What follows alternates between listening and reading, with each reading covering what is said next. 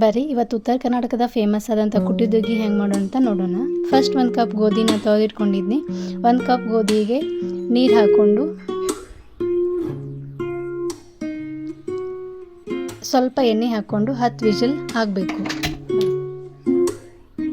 ಈ ಕಡೆ ಒಂದು ಫ್ಯಾನಿಗೆ ಸ್ವಲ್ಪ ತುಪ್ಪ ಹಾಕ್ಕೊಂಡು ಗೋಡಂಬಿ ಬಾದಾಮಿಯನ್ನು ಫ್ರೈ ಮಾಡ್ಕೋತಾ ಇದ್ದೀನಿ. ಕುದ್ದಂತಹ ಗೋಧಿಗೆ ಗೋಡಂಬಿ ಬಾದಾಮಿ ಒಣದ್ರಾಕ್ಷಿ ಖರ್ಜೂರ ತುರಿದಿಟ್ಟಂತಹ ಕೊಬ್ಬರಿಯನ್ನು ಸೇರಿಸ್ಕೊಂಡು 2 ವಿಜಿಲ್ ಮಾಡಬೇಕು. ಈ ಕಡೆ 1 ಕಪ್ ಸಕ್ಕರೆಗೆ ಸ್ವಲ್ಪ ಹಾಲು ಹಾಕಿ ಚೆನ್ನಾಗಿ ಕುದಿಸಿಟ್ಕೋಬೇಕು. ಕುದ್ದಂತಹ ಗೋಧಿಯನ್ನು ಚೆನ್ನಾಗಿ ಮಸಿಬೇಕು. ನಂತರ ಬೆಲ್ಲವನ್ನು ಸೇರಿಸ್ಕೋಬೇಕು. ಏಲಕ್ಕಿ ಕಸಕಸಿ ಜಾಜಿಕಾಯಿ ಪುಡಿನ ಸೇರಿಸ್ಕೊಂಡೆ. ನಂತರ ಕುದ್ದಂತಹ ಗೋಧಿಗೆ ಸ್ವಲ್ಪ ಹಾಲನ್ನು ಸೇರಿಸ್ಕೋಬೇಕು. ನಂತರ ತುಪ್ಪ ಸೇರಿಸ್ಕೊಂಡು ಚೆನ್ನಾಗಿ ಕುದಿಸ್ಕೊಳ್ಬೇಕು.